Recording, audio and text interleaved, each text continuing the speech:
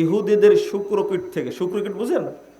শুক্রকীট আপনারা বুঝবেন না, গ্রামের মানুষ সরাসরি বাংলা বলি।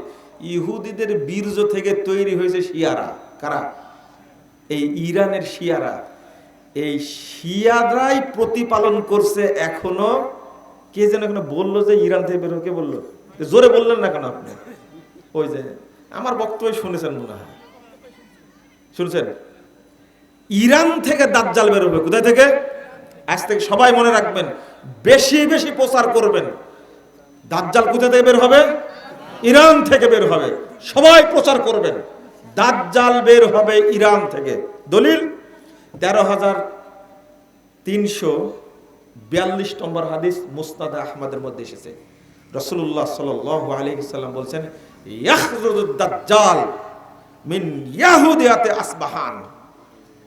আসবাহান শহরের ইয়াহুদি এলাকা থেকে দাজ্জাল বের হবে। আর আসবাহানটা হলো ইরানের তেহরান শহর থেকে 341 কিলোমিটার দূরে। তাহলে দাজ্জালকে প্রতিপালন করছে কারা? শিয়ারা। কারা? শিয়ারা। দাজ্জাল যখন বের হবে, সহিহ মুসলিমের হাদিস, আল্লাহ রাসূল বলছেন দাজ্জালের সাথে 70,000 ইহুদি থাকবে। 70,000 কি থাকবে? এই শিয়ারাই হলো ইহুদি। এই শিয়ারাই কি মনে থাকবে আপনাদের?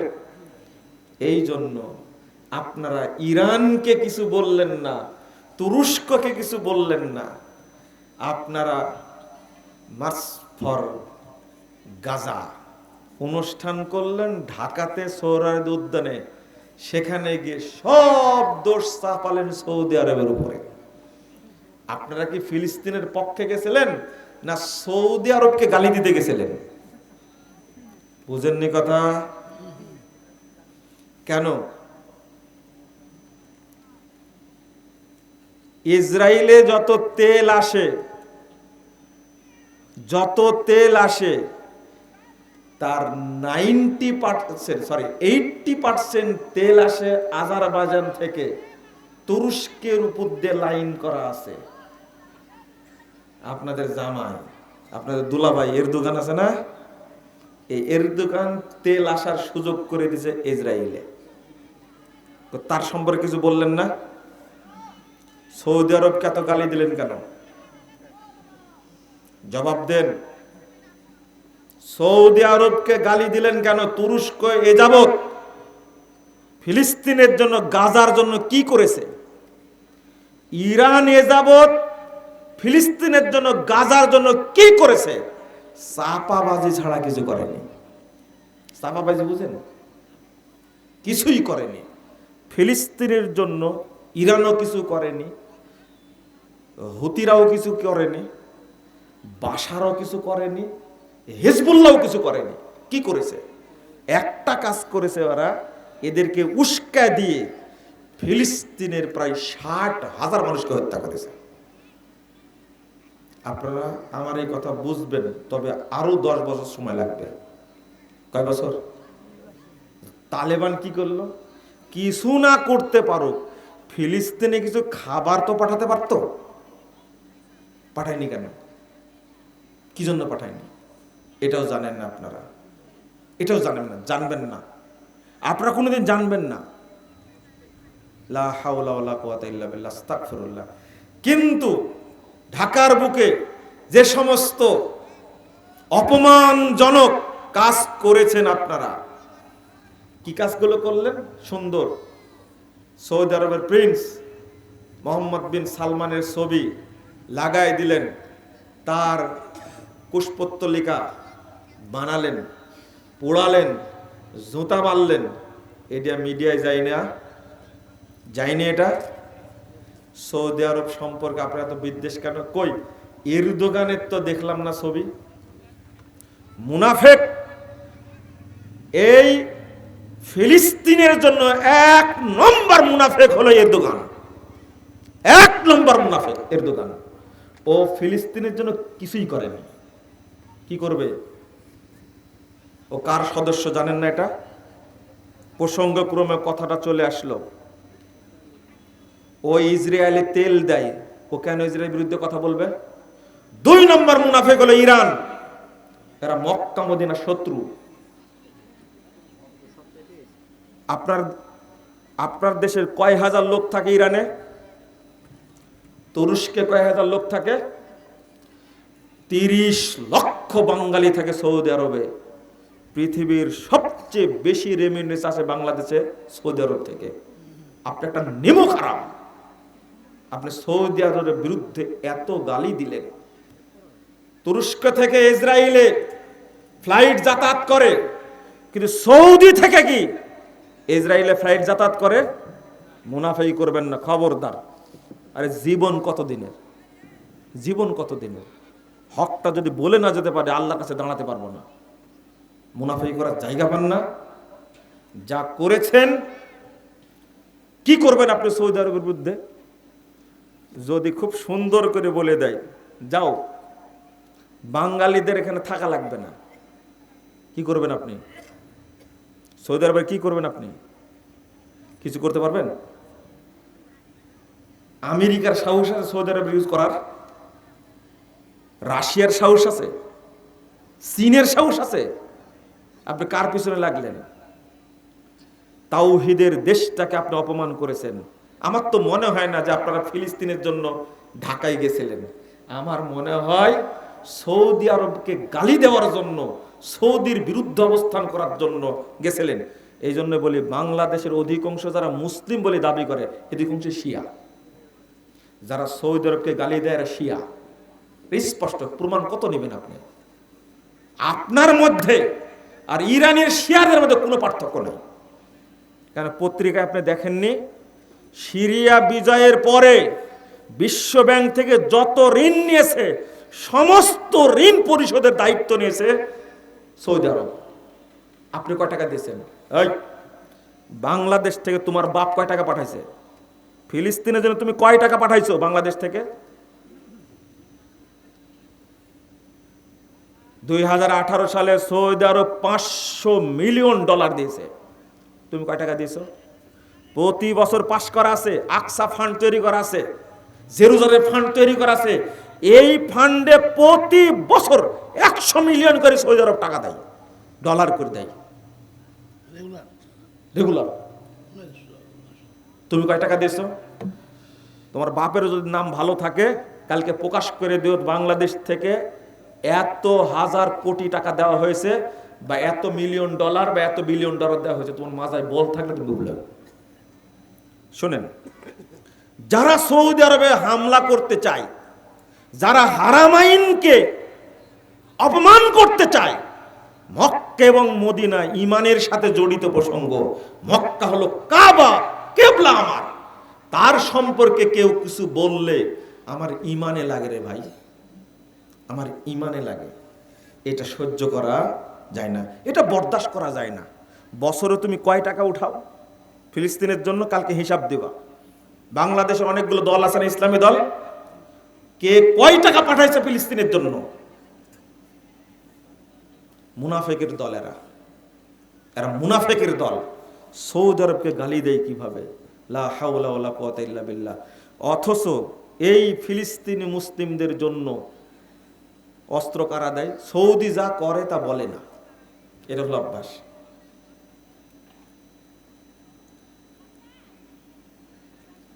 আপনারা কি জানেন, বাদশাহ আব্দুল্লাহ যখন বেঁচে ছিলেন, সৌদি আরবে সুনামি, বাংলাদেশ সুনামি হয়েছিল না? হয়েছিল? আপনারা জানেন এই আব্দুল্লাহ কত টাকা দিয়েছিল আইলার জন্য, সুনামির জন্য? তখন মনে হয় ফখরুদ্দিন ক্ষমতায়, তাই না? ফখরুদ্দিন ক্ষমতায় তখন। আপনি চিন্তা করতে পারছেন? তখন 9,000 900 কোটি ডলার দিয়েছে তখন। জানতেন? আমরাই জানতে পেরেছি 10 বছর পরে যে বাদশাহ আব্দুল্লাহ এর আইলার জন্য টাকা দিয়েছিলেন। কিন্তু মাইরি খাইছে তো সব, তাই না? জানবে কি করে? যদি জানতে পারে সৌদি সরকার এত কোটি টাকা দিয়েছে, তাহলে মানুষ হিসাব চাইবে কোথায় গেল এটা। হিসাবটা হেরফের হতে পারে, কিন্তু বড় একটা ফান্ড দিয়েছে গোপনে সৌদি সরকার। এই সৌদি সরকার বাংলাদেশের জন্য পাঠাইছে, কিন্তু বাংলাদেশের মানুষ এটা জানেই না। দুর্ভাগ্য। আমি কথাগুলো খুব কষ্টের সাথে বললাম যে আজকে যেভাবে সৌদি আরবকে গালি দেওয়া হচ্ছে, আর গালি কারা দিচ্ছে? আমাকে একজন প্রশ্ন করেছে, আমার চাচাও প্রশ্ন করেছে, সাইদুল ভাইয়ের বাপ বলছে যে গাজা সম্পর্কে এদের প্রশ্ন করেছে আমাকে, ফিলিস্তিন বিষয়ে আপনার ভূমিকা কি? চিন্তা করতে পারছেন আমার ভূমিকা কি? একজন প্রশ্ন করেছে যে আপনি কি ঢাকায় গেছিলেন ওই যে মার্চ ফর গাজা অনুষ্ঠানে গেছিলেন? আমি বললাম যে আমার যাওয়ার সময় হয়নি, কারণ আহলে হাদিস মসজিদ ভেঙ্গে দিচ্ছে, তো পাহারা দিচ্ছিলাম। তা আমার দেশের মসজিদে আমি ঠিক রাখতে পারছি না, তালিকা করছিলাম যে কতটা মসজিদ এরা ভেঙ্গে দিয়েছে। বুঝেননি কথা? তো নিজের কারা ভাঙলো এটা, তাই না? এই বাংলাদেশের ইসলামী দলগুলো ভাঙছে। হানাফি বাংলাদেশে আছে? দেখেন তো কি বলছে, বাংলাদেশে কোনো হানাফি নাই। হানাফি থাকলে কেউ মসজিদ ভাঙতো না। হানাফি নাই, হেফাজত আছে। কি আছে? জামাত ইসলাম আছে, আছে না? চরমনায় আছে না? বিদাতির আছে না? সব মিলে হেফাজত, ইসলাম হেফাজত করবে যাদের কাছে মন্দির হেফাজতে থাকে, কিন্তু মসজিদ হেফাজতে থাকে না। হ্যাঁ, মন্দির পাহারা দিছে, এটা মুরব্বী দেখছে, দেখছেন? মাশাআল্লাহ, মন্দির পাহারা দিছে। আপনি একটু খেয়াল করেন, কত দুঃখের বিষয়, কত কষ্টের বিষয়। একজনও কথা বলেনি। কে কথা বলেছে? আমার কাছে একটা মেসেজ দিয়েছে, ওই যে পিচ্ছে এক বক্তা আছে না, রফিকুল ইসলাম, সে নাকি একটা স্ট্যাটাস দিয়েছেন। স্ট্যাটাস দিয়েছেন এই মর্মে যে মাসালাগত ইখতিলাফ থাকতে হবে পারে, কিন্তু মসজিদ ভাঙার অনুমতি কে দিল? এই ধরনের একটা কথা নাকি বলেছে। জাযাকাল্লাহ খায়র, জাযাকাল্লাহু খায়র বলেছেন, ভালো। কিন্তু ভাইরাস বক্তা আর আছেন আপনাদের, এই ভাইরাসগুলো কোথায় গেছে? এদের সবার মৌন সম্মতি আছে যে আহলে হাদিস মসজিদ সব ভেঙে দাও, বাংলাদেশে যেন না থাকে। কত বড় বড় ভাইরাস বক্তা আছে, কেউ কোনো কথা বলেনি। দুর্ভাগ্য। মন্দির পাহারা দেয় আর আহলে হাদিস মসজিদ ভাঙে। এরা কি মুসলমান? এদেরকে যে মুসলমান মনে করে, সে কি মুসলমান? যারা মসজিদ ভাঙে তাদেরকে যে মুসলমান মনে করে, সে কি মুসলমান? প্রশ্ন আসে না, প্রশ্ন আসে না। হ্যাঁ, উত্তর দিয়েছেন আপনি। এরাই হলো বাংলাদেশে ইসরায়েল। এরা ইসরায়েল। কি আশ্চর্য! এরা হলো আব্রাহার বংশধর।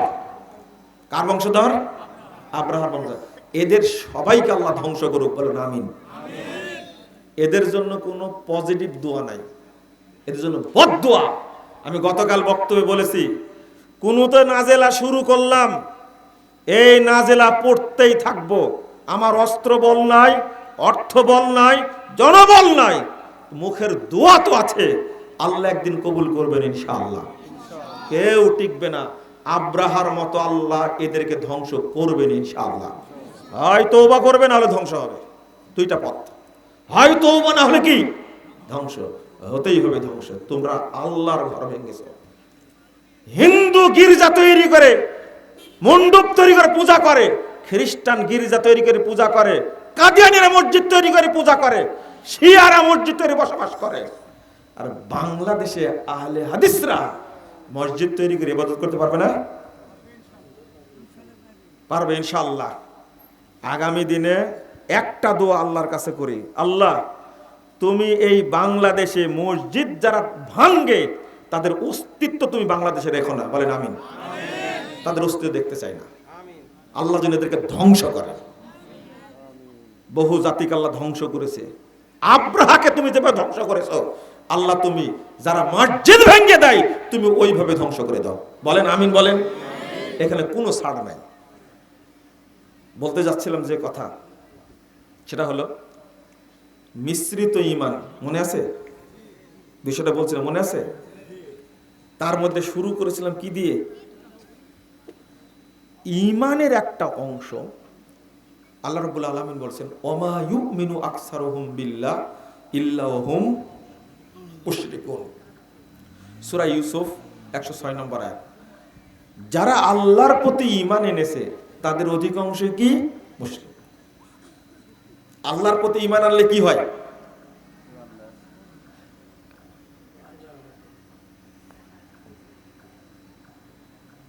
আপনার মন খারাপ করলেন একটু মনে হয়। কেএফসি আর বাটা এটা মসজিদ না মাদ্রাসা? উত্তর দেন তো। মসজিদ। কেএফসি কোম্পানিতে না ইতিমখানা? এত ভাঙলেন, গ্রেফতার হলো না? অনেকে গ্রেফতার করেনি, মিডিয়া আসেনি, আইজির চোখে পড়েনি, পড়ছে না? সব উপদেষ্টা চোখে পড়েছে। আপনারা কার কথা বলবেন? এই যে মসজিদটা যে ভাঙছে, এই উপদেষ্টাদের চোখে পড়েনি মনে করছেন আপনি? পড়েনি চোখে? প্রশাসনের চোখে পড়েনি? বাবারা, কেউ ছাড় পাবে না, এটা আল্লাহর ঘর। তোমার মৌর সম্বন্ধে কেউ ছাড় পাবা না ইনশাআল্লাহ। কেএফসি মসজিদ না মাদ্রাসা না, তাই ভাঙ্গার কারণে কত তোলপাড় হয়ে গেল, গ্রেফতার হয়ে গেল। অপবিত্র জায়গা, মসজিদ পবিত্র জায়গা, সেটা ভেঙ্গেছে। আমিও যদি এটাতে সাই দিই, চুপ থাকি, গজব আমার উপরে নাজিল হবে। মসজিদ এমন জায়গা, উপদেষ্টা মণ্ডলী ছাড় পাবা না, তোমরা মনে রেখো এটা মসজিদ। প্রশাসন ছাড় পাবা না, এটা মসজিদ, এটা আল্লাহর ঘর। তুমি তিলে তিলে বুঝতে পারবে মসজিদ ভেঙ্গেছে, আমি কোনো কথা বলিনি, গজব তোমার উপর আসবে ইনশাআল্লাহ। বদদুয়া থেকে তুমি রেহাই পাবে না। এই শেষে কথাটা বলতে বাকি ছিল, এটা বলে দিলাম। কেউ রেহাই পাবে না, কেউ রেহাই পাবে না ইনশাআল্লাহ, কেউ রেহাই পাবে না। আল্লাহ কাউকে ছাড় দেবে না। বাংলাদেশের বুকে গর্বের সাথে আপনারা বলেন 95% মুসলিমের দেশ এটা। 95% মুসলিমেরা। কত পার্সেন্ট মুসলিম এই বক্তব্যে বুঝবেন আপনারা। আল্লাহ বলছেন যারা আল্লাহর প্রতি ঈমান এনেছে তাদের অধিকাংশই কি মুশরিক। আল্লাহ বলছেন ওয়া ইন্না কাসীরাম মিনান নাস বিলিকাই রাব্বিহিম কাফিরুন, সূরা রোম 8 নম্বর আয়াত। অধিকাংশ মানুষ আল্লাহর সাথে সাক্ষাৎ করবে কাফের অবস্থায়। কি অবস্থায়? লেন এবার, কথা তো আমার না, কার কথা?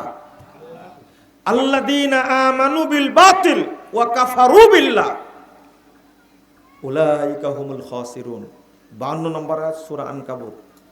যারা ঈমান আনবে বাতিল জিনিসের উপরে। কিসের উপরে? ওয়া কাফারু বিল্লাহ, আল্লাহর সাথে কুফরি করবে, তারা কিয়ামতের দিন ক্ষতিগ্রস্ত হবে, তারা জাহান্নামে যাবে। আল্লাহ কেন বললেন কথাগুলো? বাংলাদেশের মানুষ ভাগ করেন, যারা ধর্ম মানে তারা একটা প্রকার আছে না? এরা অধিকাংশই পীর পূজারী, মাজার পূজারী, কবর পূজারী, তাই না? এদের সংখ্যা বেশি না কম? আরে পাগলা মসজিদে 9 কোটি টাকা উঠছে। কয় কোটি? মসজিদ পাগল তাই উঠছে। অথচ বাংলাদেশের কত মানুষ না খেয়ে থাকছে, খাবার নাই, সবাই দান করছে কোন জায়গায়? এই পাগলা মসজিদে। চিঠি লিখেছে, চাচা হাসেনা কোথায়, দেখছেন ওই চিঠিতে? তো দানও করেছে, ওই জায়গাতে খোঁজ নিতে গেছে, ওখানে চিঠি দিছে।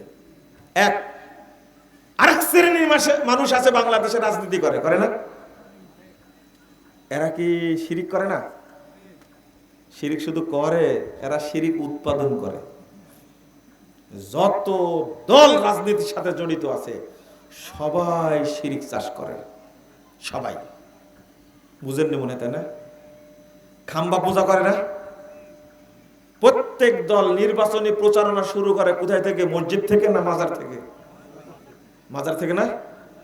এরা কি মুশরিক না? বুঝেননি তাহলে লোক থাকলো আর। এই জন্য আল্লাহ বলছেন যারা আল্লাহর প্রতি ঈমান এনেছে তাদের অধিকাংশই কি মুশরিক। আল্লাহ বলছেন মুশরিক কিভাবে হলো? যত মানুষ এই যে স্মৃতিসৌধে গিয়ে নীরবতা পালন করে, তারপরে খাম্বার কাছে গিয়ে নীরবতা পালন করে, করে না? আপনারাও তো করেন। যারা রাজনীতি করে তারা করে, তাই না? ভোট দেয় কারা তাহলে? উত্তর দেন। ভোট আপনারা দেন না, তাই না? ভূত আসে। হ্যাঁ, বিগত 16 বছর ভোট দেখেছেন না? ভোট কেন্দ্রে জানিনি, কিন্তু ভোটের বাক্স ভর্তি। বলছে সারা পৃথিবীতে 2024 সালে 7 জানুয়ারির মতো নির্বাচন, এতরকম বিশুদ্ধ ফ্রেশ নির্বাচন কোথাও হয়নি। আমার মনে হয় শয়তানের দাঁত একটাও নাই। ও হাসতে হাসতে দাঁত ফেলে দিছে। নাউযুবিল্লাহ, আস্তাগফিরুল্লাহ। যারা ভোট দেন তারা কি কাকে ভোট দেন? গম যদি 10 কেজি চুরি করে তাহলে তার ভাগ আপনিও পাবেন ইনশাআল্লাহ, তো কোনো সন্দেহ নাই। আর যদি 10 কোটি চুরি করে ভাগ পাবেন না? পাবেন, অবশ্যই পাবেন। আপনাকে কখনো মাহরুম করা হবে না, আপনি চিন্তাই করেন না, অবশ্যই পাবেন আপনি। এটাই ভাব পাপের বেলা, তাই না? কি ভাই, আরে থামেন না, নামাজ পড়া শিখাচ্ছি, একটু থামেন। ইমানই নাই, নামাজ পড়বেন কোথা থেকে? বুঝেননি কথা? ইমান না থাকলে নামাজ পড়ে কাজ হবে? হ্যাঁ, ওই মার্কা মুসল্লি এখন আছে। রাসূল সাল্লাল্লাহু আলাইহি ওয়াসাল্লাম বলেছেন, ওইটাই বলিনি আগে হাদিসটা। আপনারা চলে যাবেন নাকি? মাদ্রাসার প্রোগ্রাম, এই টাকা পয়সা দিয়ে তারপরে যাবেন। দিবেন না মনে হয়, তাই না? কে কে টাকা দেবেন না? হাত তুলে লাগে। যারা দিয়েছে তারা দিবে না, তাই না? ও টাকা উঠেছে আগে। ও তাহলে ঠিক আছে, যাওয়ার সময় কিছু দিয়ে যাবেন আপনারা। কি বলছিলাম? আল্লাহ রাসূল সাল্লাল্লাহু আলাইহি ওয়াসাল্লাম বলছেন, ইয়াতি আলান নাস জামান।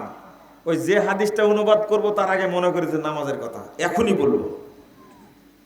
মানুষের সামনে একটা যুগ আসবে, 30,992 নম্বর হাদিস, মুসান্নাফ ইবনে সাহিবের মধ্যে আসছে। মানুষের সামনে একটা সময় আসবে, যুগ আসবে, ইয়াসতামিউন ওয়া ইয়াসাল্লুনা ইলাল মাসাজিদ। মানুষ দলে দলে মসজিদে যাবে এবং সালাত আদায় করবে।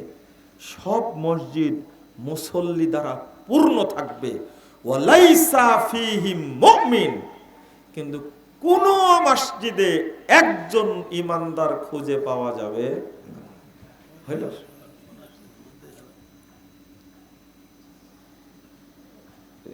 ওরে সর্বনাশ, এটা বলা যাবে না।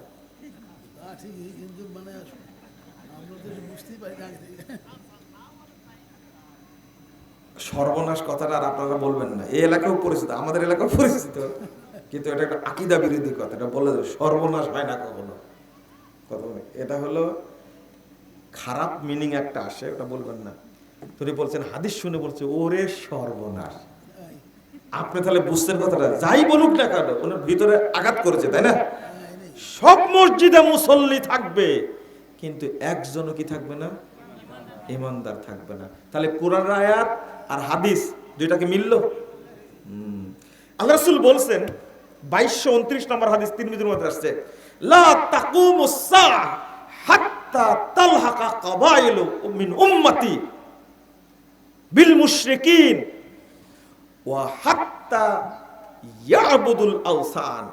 আল্লাহ রাসূল বলছেন, কিয়ামত হবে না যতদিন আমার উম্মতের অনেক দল মুশরিক না হবে এবং মূর্তি পূজা না করবে, ততদিন কিয়ামত হবে। কবাইলু মিন উম্মতি, শুনেন হাদিস অনুবাদ, কবাইলু মিন উম্মতি, অনেক গোত্র, অনেক দল, তারা মুশরিকদের সাথে মিলে যাবে এবং তারা মূর্তি পূজা করবে। এটা না হওয়ার আগ পর্যন্ত কিয়ামত হবে না। আজকের অবস্থানটা মিটান তো দেখি। এবার যারা দুর্গা পূজা করেছে মুসলিম আর হিন্দু মিলে, এটা কোনোদিন দেখেছেন বাংলাদেশে আগে? দেখেছেন? এর বদলাও কিন্তু দিছে। আপনারা মূর্তি পাহারা দিলেন, মণ্ডপ পাহারা দিলেন, আপনারা মন্দিরে গিয়ে যে বক্তব্য দিলেন, দারুণ বক্তব্য, ওখানে গিয়ে আল্লাহর প্রশংসা করছে। তার বদলাটা কি দিল? ওই চিটাগাঙ্গে একজন সহজ সরল আইনজীবীকে জবাই করে মারছে। মারেনি? এগুলো জানেন না নাকি আপনারা? জানেন তো অবশ্যই। জানেন না মানে? এই হিন্দুরা একজন আইনজীবী নিরপরাধ মানুষকে জবাই করে হত্যা করলো না? এটা বদলা। খুব সুন্দর প্রতিদান আপনাদের দিয়ে দিছে। আপনারা ভুল করেছেন, ভুল করেছেন, ভুল করেছেন। আল্লাহ রাসূল কি বলছেন? বহু গোত্র, বহু দল মুশরিকদের সাথে মিশে যাবে এবং মূর্তি পূজা করবে। মুসলিমদের সাথে মূর্তির কোনো সম্পর্ক নেই। আজকে দুঃখের বিষয়, কষ্টের বিষয়, মুসলিম খুঁজে পাবেন না। অধিকাংশ মানুষই মাজারে যাচ্ছে, সেজদা দিচ্ছে, সেখানে টাকা পয়সা দিচ্ছে, খানকায় যাচ্ছে, দরগায় যাচ্ছে। এরা মুসলিম না মুশরিক? মুশরিক। আর যারা রাজনীতি করে তারা ছলে বলে কৌশলে পহেলা বৈশাখ উদযাপন করছে, আর মুখে বলছে গণতন্ত্রের জন্য জীবন দিব। কি দিবে? কত সুন্দর করে বলছে। এখানে বলছে যাবতীয় ক্ষমতার উৎস কে? আল্লাহ। আর দুর্গাপুর কলেজ মাঠে গিয়ে বলবে কি? জনগণই সকল ক্ষমতার উৎস। মুসলিম না মুনাফিক? এই কথাটা বলার জন্যই, এই কথা বললেই আর মুশরিক হয়, কোনো সমস্যা নেই। কি হয়? এত বড় কথা যে বলতে পারে সে আর মুমিন থাকতে পারে? আল্লাহ বলছে ওয়ান্নাল কুওয়াতা লিল্লাহি জামিআ। এই যে মিশ্রণ, আপনি একদিকে সালাত আদায় করছেন, আরেকদিকে মুখ দিয়ে বলছেন জনগণই সকল ক্ষমতার উৎস। মিশ্রণ হলো না? আচ্ছা, মিশ্রণ বুঝেন কি আপনারা? একটা হাদিস অনুবাদ করব, মা বোন সহ, ভাই বোনেরা সহ সবাই শুনেন। হাদিসটা অনেকবার শুনেছেন, কিন্তু আবারও শুনেন আজকে। বুঝেন তো হাদিসটা? বুঝতে হবে। মুস্তাদে আহমদ 17,458 নম্বর হাদিস। মুস্তাদে আহমদ, হাদিসের সনদ সহিহ। রাসূল সাল্লাল্লাহু আলাইহি সাল্লামের কাছে 10 জন লোক আসছে অনেক দূর থেকে পায়ে হেঁটে। পেটে খাবার, খালি গায়ে, পায়ে হেঁটে আসছে। পায়েও কিছু নাই, গায়েও কিছু নাই, পেটেও কিছু নাই। ইসলাম গ্রহণ করার জন্য আসছে। উকবা বিন আমির আল জুহানি রাদিয়াল্লাহু আনহু তিনি বলছেন আল্লাহ রাসূল এই 10 জনের মধ্যে 9 জনকে কালেমা পড়ালেন, কালেমা শাহাদাত পড়ালেন। কয়জনকে? কয়জনের মধ্যে? 10 জনের মধ্যে। কয়জন বাদ গেছে? একজন। তো তারা বলছেন বায়াত ক্বালু বায়াতা তিসআতান ওয়া তারাকতা হাযা। আল্লাহ রাসূল ঘটনা কি? আপনি 9 জনকে বায়াত করলেন, নিলেন, আর একজনকে ছেড়ে দিলেন, অথচ সবাই রাসূলের প্রতি মহব্বত, ইসলামের প্রতি মহব্বত, কোরআনের প্রতি মহব্বত নিয়ে এসেছে। তো রাসূল সাল্লাল্লাহু আলাইহি ওয়াসাল্লাম বলছেন ইন্না আলাইহি তামিমা, ওর শরীরে তাবিজ বাঁধা আছে। কি বাঁধা আছে? তাবিজ। বেশি কিছু না, কি বাঁধা আছে? তাবিজ। তখন ফাদ খালাইয়া দাও, তারা হাত ভিতরে ঢুকায়া কথা ছেড়ে ফেলে দিল তাবিজ। ফাবায়াহুন নবী সাল্লাল্লাহু আলাইহি সাল্লাম। এবার আল্লাহ রাসূল তার বায়াত নিলেন। আচ্ছা, এখন প্রশ্ন হলো, দূর থেকে এসেছে ইসলাম কবুল করার জন্য। আমাকে একজন লোক বলেছে, দেখেন বিশ্বাস আপনাদের, বলছে আপনার হাদিসের মনে বুঝ ঠিক হয়নি।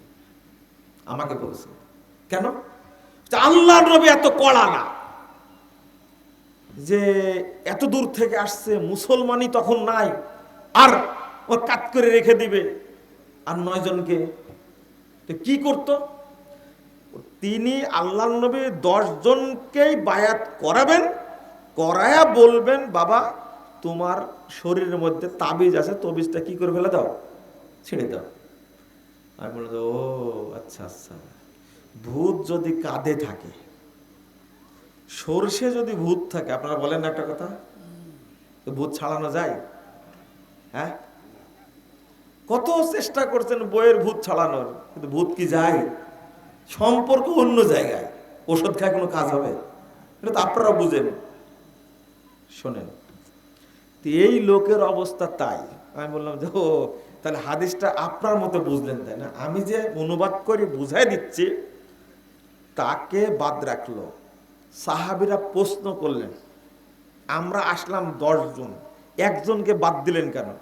অনুবাদ করলাম না আমি। তার কারণ কি? ওনার সহ্য হয়নি যে এটা হতে পারে না, সামান্য তাবিজের জন্য তাকে কালেমা পড়াবে না, এটা হতে। আমাকে বলছে আপনি হাদিস বুঝেননি। কত নম্বর খাটাস চিন্তা করেন তো দেখি। লা ইলাহা ইল্লাল্লাহ।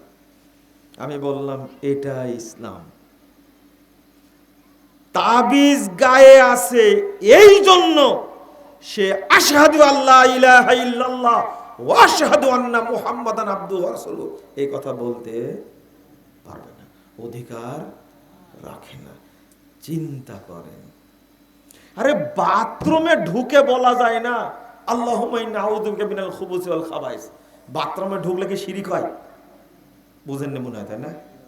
আরে বাথরুম সেরে আমি বের হব, শুধু বলবো কি গুফরানাকা। এই গুফরানাকা শব্দটা আমি বাথরুমের ভিতরে বলতে পারবো না। বাথরুম কিন্তু শিরিকের জায়গা না। শিরিকের জায়গা? এটা অপবিত্র জায়গা। কি জায়গা? অপবিত্র, পেশাব পায়খানা করার জায়গা এটা। এখানে আমি গুফরানাকা বলতে পারবো না। চিন্তা করেন, তাহলে যার অন্তরের মধ্যে তাবিজ দেওয়া শিরিক এইরকম আকীদা আছে, সে কি কোনোদিন আল্লাহ শব্দটা বলতে পারবে? আশহাদু আল্লা ইলাহা ইল্লাল্লাহ ওয়া আশহাদু আন্না মুহাম্মাদান আবদুহু ওয়া রাসূলুহু এইটা বলা তো দূরের কথা, অন্তরে শিরিকি আকীদা নিয়ে আল্লাহ শব্দ উচ্চারণ করা যাবে না, হারাম। আল্লাহ শব্দ উচ্চারণ করা যাবে না, হারাম। আল্লাহ শব্দটা অনেক পবিত্র। আল্লাহ রাসূল এটাই বুঝাতে চেয়েছেন। আর ওর দরকার মুসলমান, আর রাসূলের দরকার কি? বুঝেন? ওর দরকার কি? মুসলমানই নাই, আর আপনি বলছেন যে একজনকে কাট করে রেখে দিল। আপনার কি ভাষাটা বুঝলেন? আমার মনে হয় বুঝেননি, তাই না? লোকটা আমাকে বলছে মুসলমানই নাই তখন, আর আপনি বলছেন কাট করে রেখে দিল। কাট করে তো রেখে দিয়েছিল, তাই না? যখন তাবিজ খুলেছে, ছিঁড়ে ফেলেছে, তখন আল্লাহ রাসূল কালেমা শাহাদত পড়াইছেন। এবার বোঝা গেছে তো? তাহলে বলেন তো, তাবিজ থাকাকালীন কোন হজ কবুল হবে? সালাত কবুল হবে? আপনি আল্লাহ শব্দটাই বলতে পারবেন না। এটা হলো ইসলামের বিধায়, এটাই হলো মিশ্রিত আকীদা। চিন্তা করেন। আচ্ছা, এবার বলেন তো, আমার গায়ে তাবিজ নাই, আমার গায়ে কি নাই? তাবিজ নাই, কিন্তু আমার বিশ্বাস আছে তাবিজ গায়ে থাকলে কখনো জিন ভূত ধরবে না। বলেন তো আমার ঈমান আছে কিনা? নাই। কি হয়েছে? ঈমান কি হয়েছে? ঈমান নাই, কি হয়েছে? হ্যাঁ, চলে গেছে। এই তো এতক্ষণ কি বক্তব্য বুঝলেন আপনারা? আমার ঈমান নাই বলে চলে গেছে। এই শুনে শুনে, এটা খুব গুরুত্বপূর্ণ কথা বলছেন। আমার ঈমান কি হয়েছে? নষ্ট হয়ে গেছে। ঈমান কি হয়েছে? চলে গেছে, তাই বললেন না? আচ্ছা, আমার ঈমান কি ছিল? এইটাই বুঝাতে পারছি না, কত দিন থেকে যে বুঝাচ্ছি আপনাদেরকে, এটা বুঝছেন না। আমার ঈমান কি ছিল? আমার ভিতরে বিশ্বাস আছে তাবিজ দিলে ভূতে ধরে না, তাহলে আমার ভিতরে কোনোদিন ঈমান ছিল? এই তো গেল কোথায়? আপনি বলছেন যে ঈমান নষ্ট হয়ে গেছে। আচ্ছা, যে কোনোদিন ওযু করেনি তার ওযু ভাঙলো কখন? হ্যাঁ, না না, এটা খুব ভালো করে বুঝেন। যে কোনোদিন ওযু করেনি তার ওযু ভাঙার কোনো সম্ভাবনা আছে? পেশাব করলে, পায়খানা করলে, ভাঙবে? কেন ভাঙবে না? অজুই নাই। তাহলে এই কথাটা বুঝেন না কেন? আমার ভিতরে তো ইমানই ছিল না, তা ভাঙলো কখন? এইটা বুঝতে হবে। আমার ভিতরে ইমান ঢুকেই, যার মধ্যে পহেলা বৈশাখ উদযাপনের কুরকুরি আছে, তার মধ্যে কি ইমান ঢুকেছিল? হ্যাঁ, আপনারা বুঝবেন, আপনাদের ভাষা না বললে বুঝবেন না। তাহলে এরা কি মুমিন? যারা মনে করে শিখা অনির্বাণ, শিখা চিরন্তন, এখানে শ্রদ্ধা জানাতে হবে, স্মৃতিসৌধে শ্রদ্ধা জানানো উচিত। যারা মনে করে, তাদের ভিতরে কোনোদিন ইমান গেছিল? না না, ইমান আপনার মতো ছেঁচড়া, বুঝেন? ছেঁচড়া তো বুঝেন। ইমান আপনার মতো নির্লজ্জ না না, ইমানের অনেক সম্মান, ইমানের অনেক দাম। ইমান কোন রকমের পাপের ছোঁয়া পেলে ইমান থাকে। আর শিরিকের পাপ, এটা কিসের পাপ? শিরিকের পাপ। আপনার বাপ মারা গেছে, কি করেছে? মারা গেছে। আপনার বাপ কি মারা গেছে, তো আপনি গোসল দিতে যায় দেখছেন বাপের ডেনায় কি তাবিজ, কোমরে তাবিজ। বলেন তো আপনার বাপ কি কি? মুশরিক। আপনার বাপের ইমান নাই, কি নাই? আমলও নাই। কারণ তার ভিতরে বিশ্বাস ছিল তাবিজ দিলে রোগ ভালো হয়, এই জন্য ইমান কোনোদিন ঢুকেও নেই। এখন আপনার প্রশ্ন, বলেন কি ইমান ঢুকেনি মানে? আমার বাপ 2 বার হজ করেছে। কয়বার? 2 বার। কি দাপট, 2 বার হজে গেছে, তাই কি দাপটই আলাদা। কিন্তু আপনার কি মনে আছে আব্দুল মুত্তালেব কয়বার হজ করেছে? বুঝেননি? একজন আমাকে বলছে, আপনার বক্তব্য আজকে আমার মোটেই পছন্দ হয়নি। কেন? মুরব্বী মানুষ বলছে। কেন? বলছে পছন্দ হবে কি করে? আমি মাজারে গরু দিই প্রতি বছর একটা, তাই মুশরিক হয়ে গেলাম? আমি 5 বার হজ করেছি, এই মসজিদের মুতাল্লি আমি। মাশাআল্লাহ, দারুণ যুক্তি তো দেখি। ও 5 বার হজ করে দাপটি আলাদা, মুতাল্লি তাই। আমি বললাম যে আব্দুল মুত্তালেব কোথাকার মুতাল্লি ছিল? কাবার মুতাল্লি। নিজে নিজেই বলছে কাবার মুতাল্লি। কয়বার হজ করেছে এটা জানি না, কয়বার হজ করেছে। আমি বললাম আব্দুল মুত্তালেব প্রতি বছর হজ করত। কাবা ঘরের মুতাল্লি কাবাকে পবিত্র রাখতো, ছাপা মারোয়া ছাই করত, সারা পৃথিবী থেকে যত হাজি গেছে তাদেরকে আপ্যায়ন করাতো এই আব্দুল মুত্তালেব। বলেন তো আছে কোথায়? তো জাহান্নামে আছে। কাবার মুতাল্লি হয়ে জাহান্নামে গেছে, আর আপনি এখানকার মসজিদের মুতাল্লি, তাই তো দাপট। বুঝেননি কথা? কাবার মুতাল্লি প্রমাণ না জান্নাতে যাবে, হজ দলিল না যে জান্নাতে যাবে, সালাত দলিল না যে জান্নাতে যাবে। জান্নাতে যাওয়ার দলিল হলো ইমান। কি? ইমান আছে কিনা এইটা দেখার পরে সালাত, তারপরে হজ, তারপরে উমরা, তারপরে যাকাত বলেন, সিয়াম বলেন। আগে ইমান, তারপরে কি? অন্য ইবাদত। ইমান থাকলে কবুল হবে, না হলে কি হবে না। ও প্রতি বছর গরু দেয়, ওরুসে কি দেয়? গরু দেয়, তাও নিজেকে মুসলমান দাবি করছে। চিন্তা করছেন আপনি? আর বলছে আমি মসজিদের মুতাল্লি। আব্দুল মুত্তালেব, তার সন্তান আবু তালেব, আবু তালেব যতদিন বেঁচে ছিল মুহাম্মদ সাল্লাল্লাহু আলাইহি সাল্লামকে চোখ রাঙানি করতে পারেনি কেউ। এমন ভাবে হেফাজত করেছে আবু তালেব। কাবার মুতাল্লি, হজ করত, উমরা করত, কাবা ঘর জিয়ারত করত, এত ইমানদার মানুষ। আব্দুল মুত্তালেবের ইমান কেমন ছিল? আব্রাহা যখন কাবা ভাঙতে গেছে, আব্রাহার লোকেরা আব্দুল মুত্তালেবের উটগুলো চুরি করে নিয়ে গেছে। আব্দুল মুত্তালেব গিয়ে বলছে যে আব্রাহা, তোমার লোকের আমার উট চুরি করে নিয়েছে, উটগুলো দিয়ে দাও। উট নিতে আসছো তুমি, আমি আসছি কাবা ভাঙতে, আর তুমি আসছো উট নিতে? তুমি না মক্কার নেতা, কাবার মুতাল্লি? তখন আব্দুল মুত্তালেব বলছে, উটের মালিক আমি, আর কাবার মালিক আল্লাহ। তিনি দেখবেন, আমার দেখার বিষয় না, তুমি আমার ওটগুলো দিয়ে দাও। বুঝেননি কথা? সোজা কথা। এবার বলেন তো, আপনার ইমান বেশি না আব্দুল মুত্তালিবের ইমান বেশি? সেই আব্দুল মুত্তালিব যা বলেছে তাই হয়েছে কিনা? একবার ধুলিস্যাৎ করে দিলে না? আমি উটের মালিক, উট দিয়ে দাও। কাবার মালিক কে? আল্লাহ, উনি রক্ষা করবেন। আল্লাহু আকবার। কি ঈমান রে ভাই! কিন্তু মুশরিক। কি চিন্তা করতে পারছেন? কারণ সে মূর্তি পূজা করত। এটাই হলো মিশ্রিত আকীদা। আল্লাহ ঠিকই মানে, কিন্তু আর একটাও মানে যে মূর্তিরা আমাদের ইবাদত গুলো আল্লাহর কাছে কি পৌঁছায় দেয়। তো আব্দুল মুত্তালিবের আকীদা আর আমাদের দেশের মুসলমানদের আকীদা একই তো, তাই না? আমি মুশরিক বললে রাগ হয়, তাই না? আর যারা মসজিদ ভাঙে তারা কি ইহুদি খ্রিস্টানদের চেয়ে খারাপ, এরা কাফের, এরা মুরতাদ, এরা মুরতাদ।